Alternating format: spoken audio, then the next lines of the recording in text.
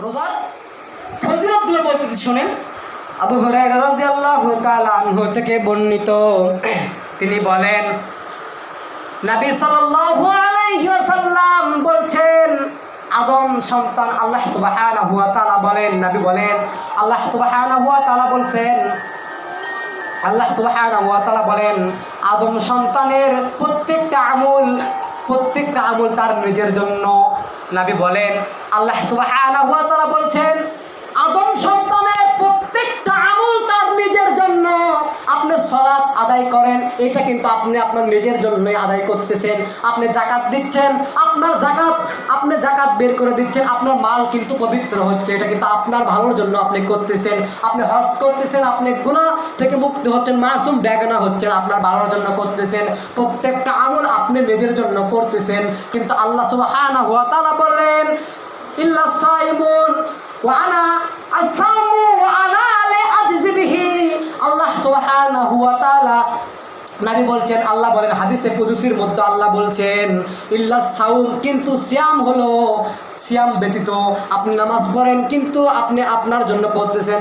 আল্লাহ বলছেন কিন্তু বান্দা সিয়াম আমার জন্য পালন করতেছে। আনা আসামু ওয়া আনা লিআজজি বিহি। আল্লাহ বলেন বান্দা যেহেতু আমার জন্য এই সিয়াম পালন করে, বান্দা যেহেতু আমার জন্য রোজা থাকে, আসাউমু আনা লিআজজি বিহি, আল্লাহ বলেন এর প্রতিদান, এর পুরস্কার আমি আমার বান্দাকে নিজেই দিয়ে দিব।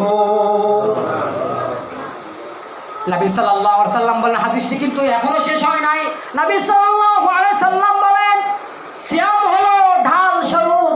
তোমরা যদি কেউ সিয়ামরত থাকো, যদি কেউ সিয়াম পালন করা অবস্থায় থাকো, তাহলে তোমরা কেউ অশ্লীল কাজ করবা না, অশ্লীল বকবা না, ফাহিশা কথা বলবা না, খারাপ কথা বলবা না, কারোর সাথে খারাপ ব্যবহার করবা না।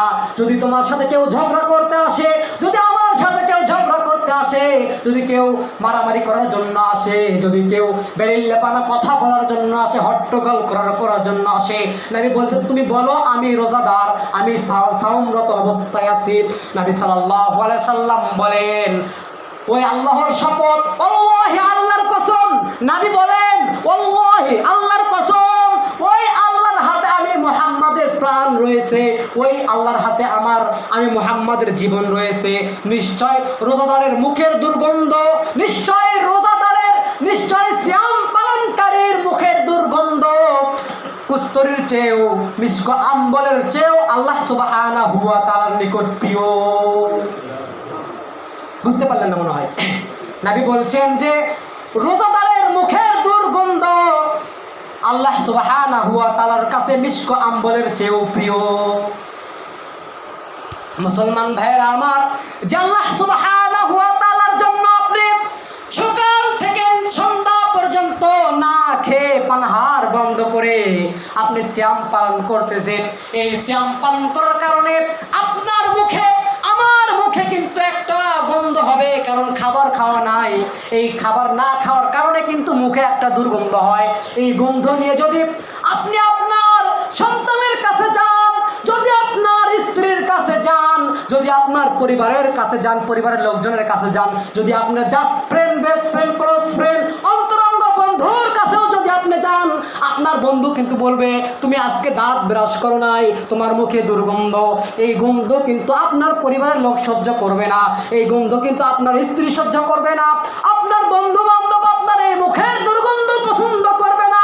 কিন্তু যার জন্য আপনি সিয়াম পালন করতেছেন, সেই আল্লাহ সুবহানাহু ওয়া তাআলা হাদিসে কুদসির মধ্যে নিজেই বলছেন এই গন্ধ আমার কাছে মিস্ক আম্বলের চেয়েও প্রিয়।